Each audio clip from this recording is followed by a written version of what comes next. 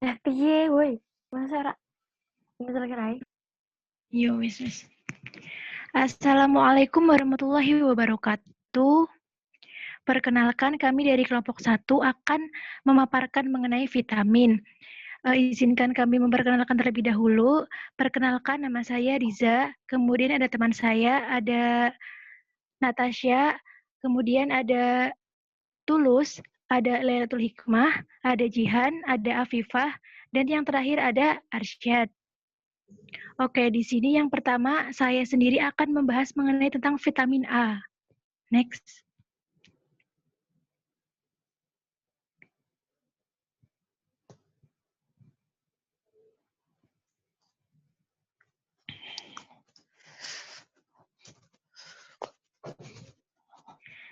Di sini dari kelompok ahli ya, sebelum ke kelompok asal, ini mengambil jurnal ya, jurnal internasional. Ini bisa dibaca sendiri ya. Ini ada judul jurnalnya, yaitu ada uji kandungan vitamin A dari tanaman sawi dan wortel di desa Bumiaji, Poncokusumo. Ini ada jurnal ilmiah. Oke. Next.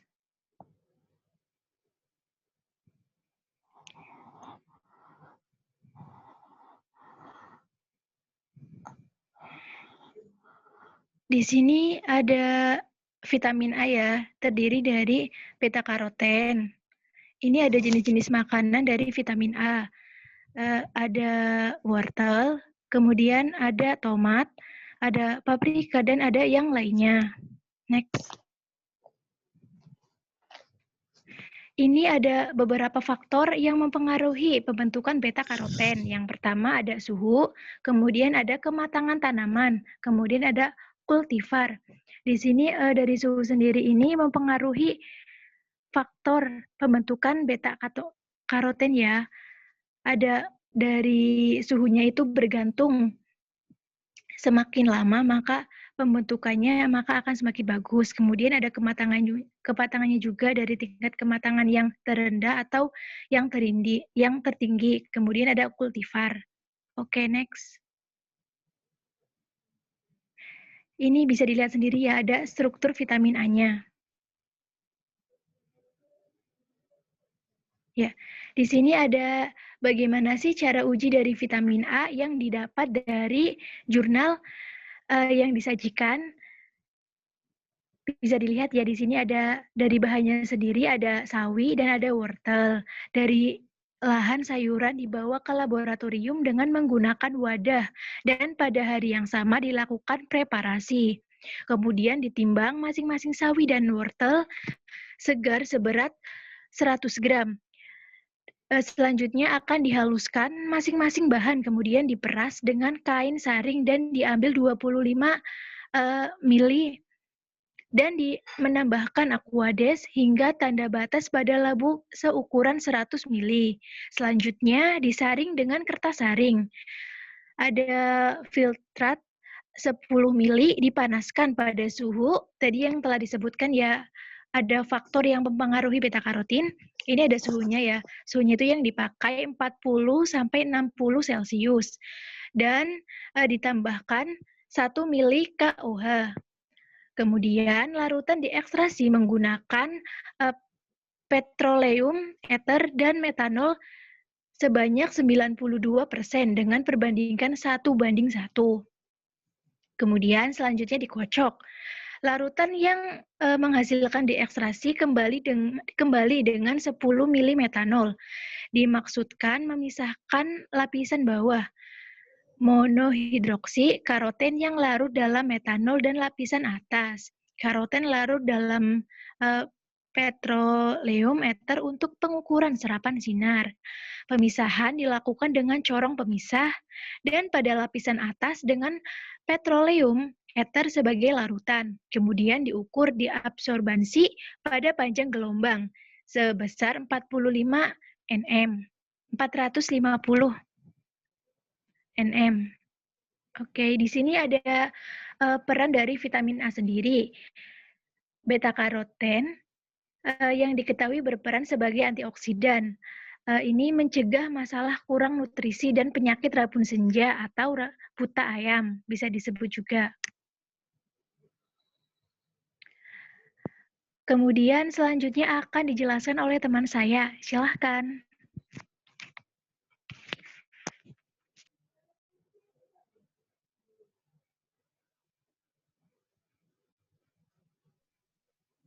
Vitamin D.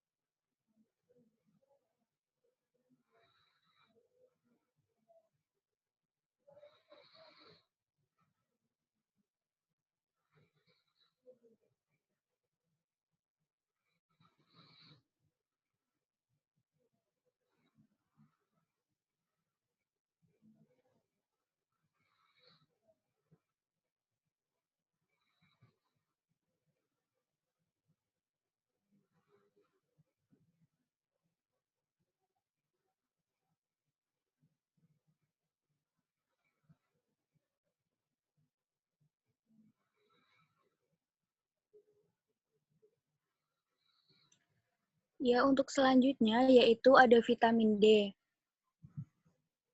Next. Jadi untuk pengertian dan struktur vitamin D bisa dilihat sendiri di gambar. Jadi vitamin D itu adalah grup vitamin yang larut dalam lemak prohormon. Vitamin D dikenal juga dengan nama kalsiferol. Penamaan ini berdasarkan International Union of Pure and Applied Chemists atau IUPAC. Next. Nah, untuk jenis vitamin D ini terdiri dari beberapa jenis, namun dua jenis vitamin D yang penting yaitu D2 atau ergokalsiferol dan vitamin D3 atau kolekalsiferol. Nah, vitamin D2 ini banyak terdapat dalam bahan nabati seperti ragi, sedangkan vitamin D3 ini banyak terdapat dalam minyak hati ikan. Next. Nah, untuk penentuan vitamin D sendiri, itu tujuannya untuk penentuan adanya vitamin D, membuktikan adanya vitamin D dalam suatu bahan secara kualitatif. Adapun alat yang digunakan itu seperti alat pemanas, tabung reaksi, pipet ukur, dan pipet tetes. Dan bahan yang digunakan seperti minyak ikan, larutan H2O5 5%, kloroform, asam trikloreasetat, asam asetat anhidrit, dan kristal BCl3. Next, jadi caranya yang pertama di dalam tabung reaksi nanti dimasukkan 10 tetes minyak ikan, lalu ditambahkan lagi 10 tetes larutan H2O2 5%, kemudian nanti dicocok selama kira-kira 1 menit. Kemudian dipanaskan di atas api kecil perlahan sampai tidak ada gelembung gas keluar. Nah, diusahakan jangan sampai mendidih. Lalu kemudian didinginkan tabung di bawah air kran. Lalu dilakukan uji dengan reaksi Kerr-Price seperti penentuan adanya vitamin A. Nah, nanti kan diamati tuh perubahan warna yang terjadi, adanya warna jingga sampai kuning, berarti sampel tersebut itu mengandung vitamin D. Next. Nah, percobaan penentuan adanya vitamin D digunakan bahan minyak ikan dan larutan H2O, kemudian dipanaskan. Nah, jadi vitamin D ini umumnya stabil pada pemanasan, asam, dan oksigen. Kemudian vitamin D secara lambat dapat didestruksi bila lingkungannya alkalis, terutama bila terdapat udara dan cahaya. Pemanasan dengan hidrogen peroksida tidak dapat merusak vitamin D. Next. Nah, fungsi vitamin D ini banyak sekali, cuman ada 3 fungsi utamanya, yaitu sebagai pengatur keseimbangan kadar kalsium dengan mengatur absorpsi kalsium di usus halus. Kemudian untuk interaksi dengan hormon paratiroid sehingga mobilisasi kalsium dari tulang meningkat. Yang ketiga ada mengurangi ekskresi kalsium melalui ginjal. Oke, selanjutnya akan dijelaskan oleh teman saya.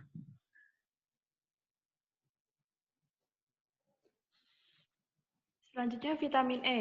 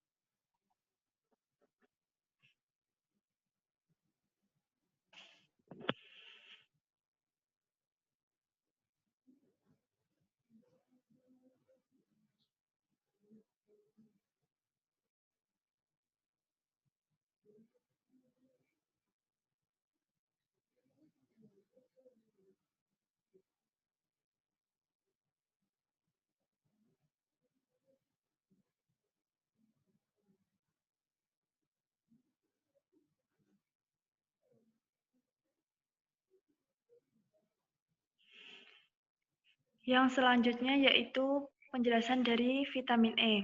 Nah, vitamin E sendiri itu nama lainnya tocopherol adalah vitamin yang larut dalam minyak dan bersifat non-toksik seperti fungsi reproduksi, sistem imun, dan fungsi syaraf serta otot. Selanjutnya,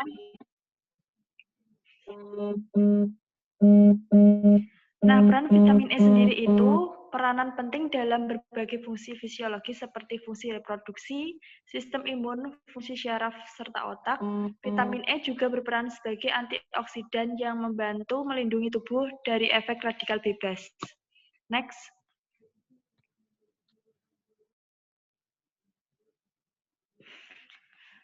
Sumber vitamin E sendiri yaitu secara alami hanya disintesis oleh tanaman dan sumber terbanyak dari vitamin E adalah jenis tanaman yang menghasilkan minyak. Tumbuhan yang kaya lemak atau minyak nabati seperti kelapa sawit, gandum, dan beras katul adalah sumber utama vitamin E. Sumber lainnya yang hanya mengandung tocopherol berupa sereal, bunga matahari, minyak zaitun, dan kacang. Next. Cara uji kandungan vitamin E ini menggunakan metode spektrofotometri UV-Vis. Yang pertama yaitu pembuatan larutan induk standar vitamin E konsentrasi 100 ppm. Caranya yaitu dengan menimbang 0,01 gram vitamin E murni, lalu melarutkannya dengan heksan dan memasukkan ke dalam labu ukur 100 ml dan menambahkan heksan hingga tanda batas. Yang selanjutnya yaitu pembuatan seri larutan standar dengan cara mengajarkan larutan standar induk 100 ppm dengan heksan pada masing-masing labu ukur 25 ml dengan konsentrasi 12,5, 17,5, 25, dan 50 ppm. Next. Yang ketiga yaitu penentuan panjang gelombang maksimum. Larutan baku diukur absorbensinya untuk menentukan 280 sampai 328 menggunakan spektrofotometer UV-Vis.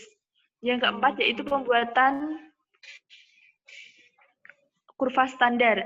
Dan yang terakhir yaitu penentuan konsentrasi sampel. Next.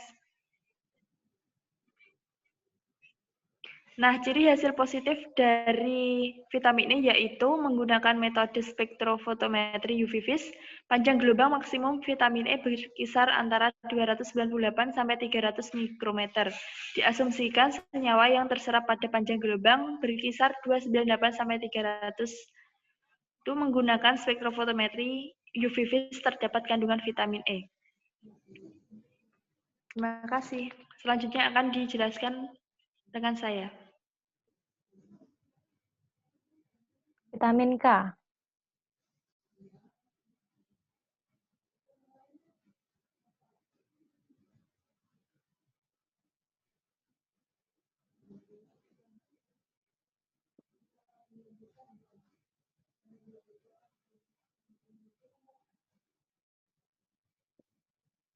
Aku gak ono kae. Hah? Tak kirim ning grup loh. Niki luwih ribet ya, soal iki file iki nggak dadi siji, soalnya dewe-dewe. Diedit ke video nih. Aku ya yang share screen.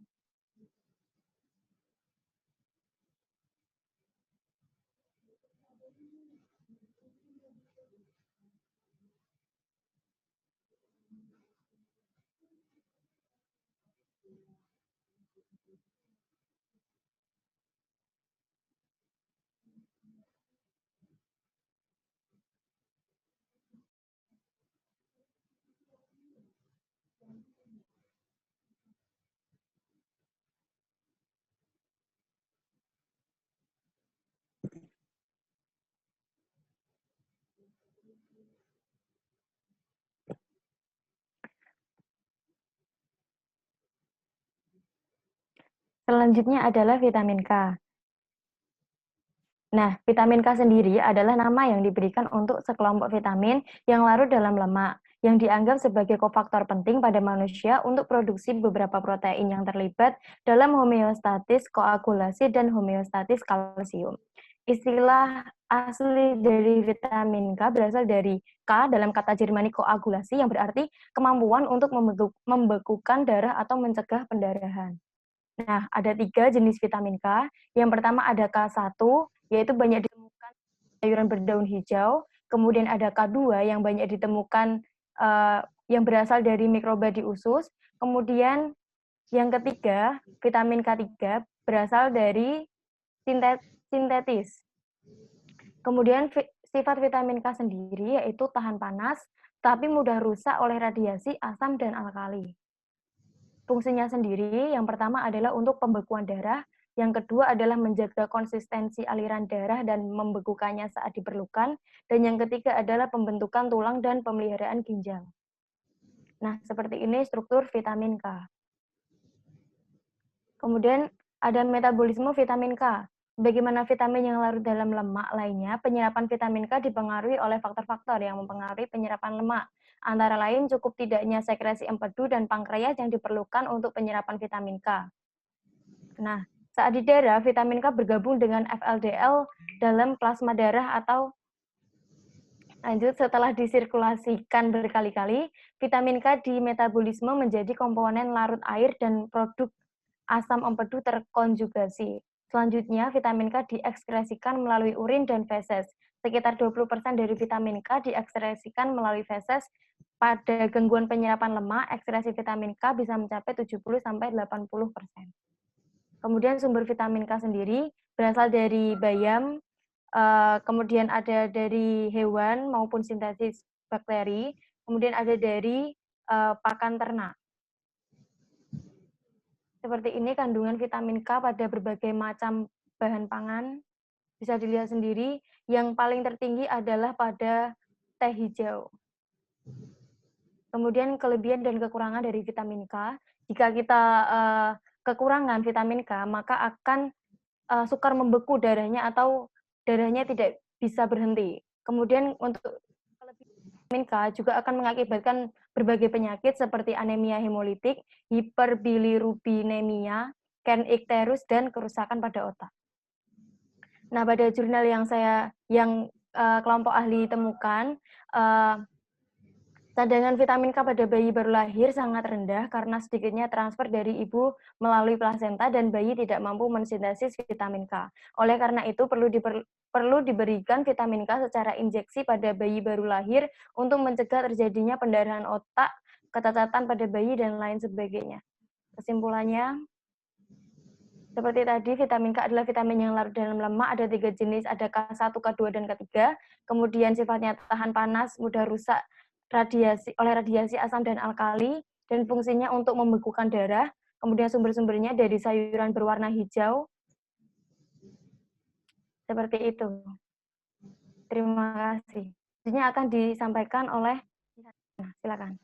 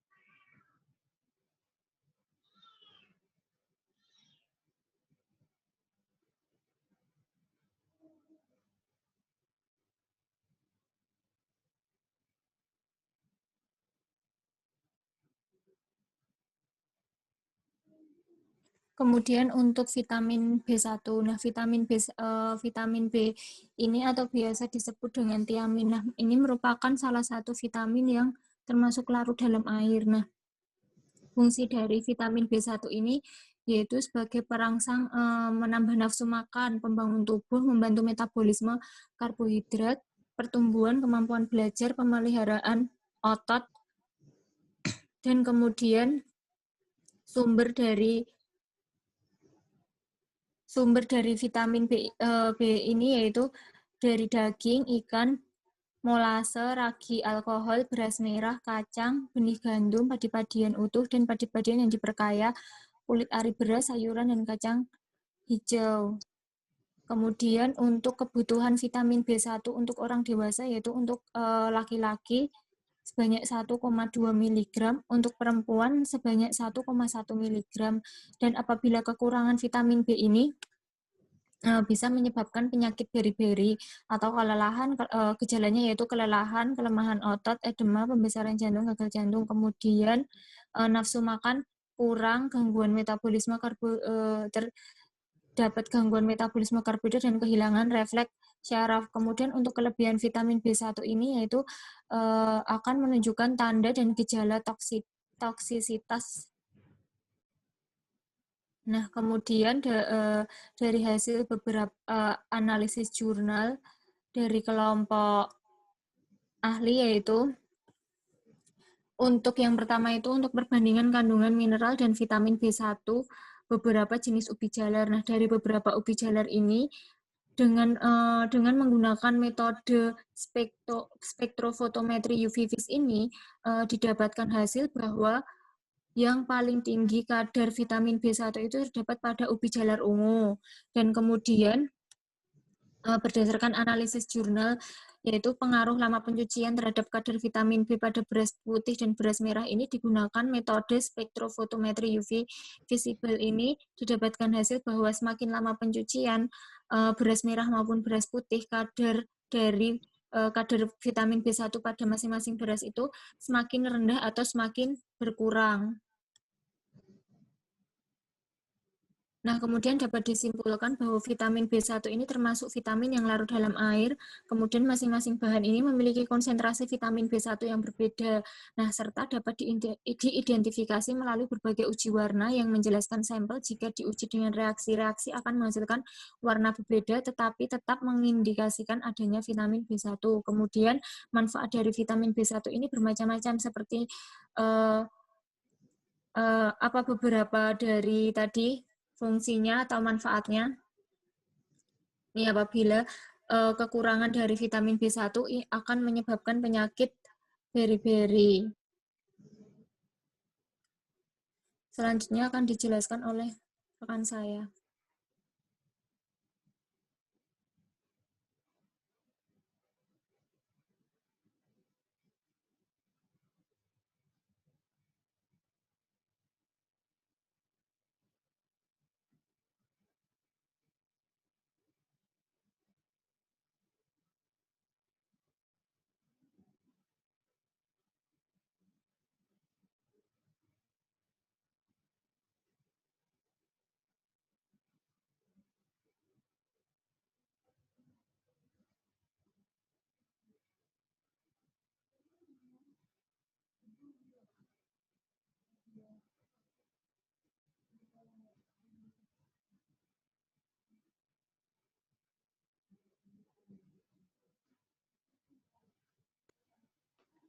Oke, selanjutnya adalah yaitu vitamin B12. Kemudian dari jurnal yaitu didapat jurnal yaitu dengan judul Analisa Kuantitatif Sediaan Tablet Cyanocobalamin vitamin B12 dari 2 produsen X dan Y secara spektrofotometri UV-Vis. Nah, kemudian vitamin B12 adalah kristal berwarna merah dengan kelarutan yang baik dalam air. Kemudian bentuknya adalah amorf. Vitamin ini bersifat higrokopis secara kurang lebih 12% air. Kemudian larut juga dalam alkohol, fenol, dan pelarut polar lainnya yang mempunyai gugus hidroksi. Kemudian selain itu B12 juga merupakan kunci untuk mempertahankan keseimbangan tubuh. Selain itu, kebutuhan vitamin 12 bagi orang sehat mencapai 1 mg per hari dan sumbernya adalah jeruan sapi berupa hati, ginjal, dan jantung. Kemudian kuning telur, susu, kering beras, lemak, kemudian makanan yang berasal dari laut seperti ikan, sardin, kerang, dan kepiting. Oke, selanjutnya dari vitamin B12 ini mempunyai nama kimia, yaitu 5,6 metil benzimidazoli. Kemudian memiliki rumus molekul yaitu C62H88CON14O14P1. Kemudian dari vitamin B12 ini termasuk kelompok senyawa alam dengan struktur mirip derivata porifin alam dan mengandung mineral CO. Oke, next.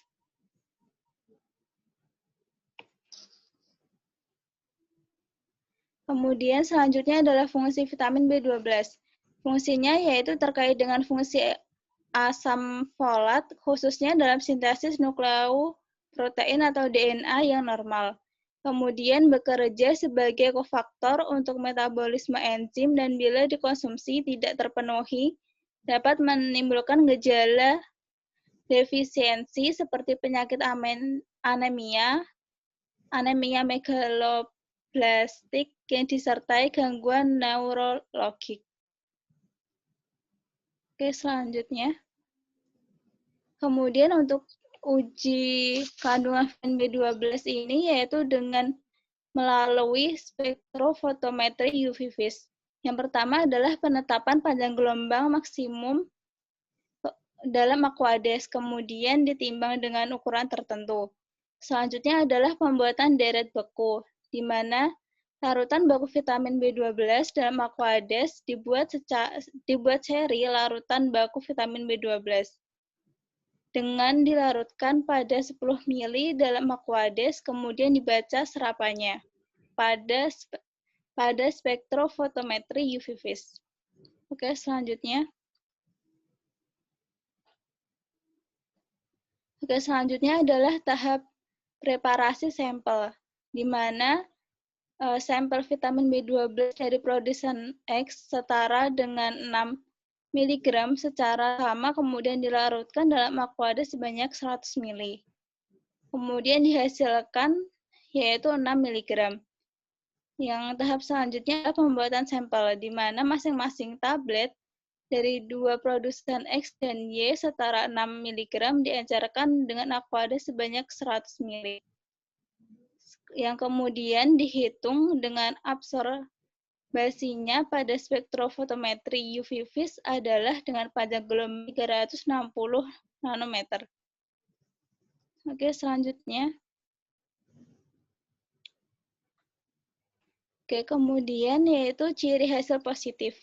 Di sini terdiri dari 3 tahap, yaitu dengan 3 uji. Yang pertama adalah uji linearitas, di mana secara teoritis R-nya harus memenuhi persyaratan linear.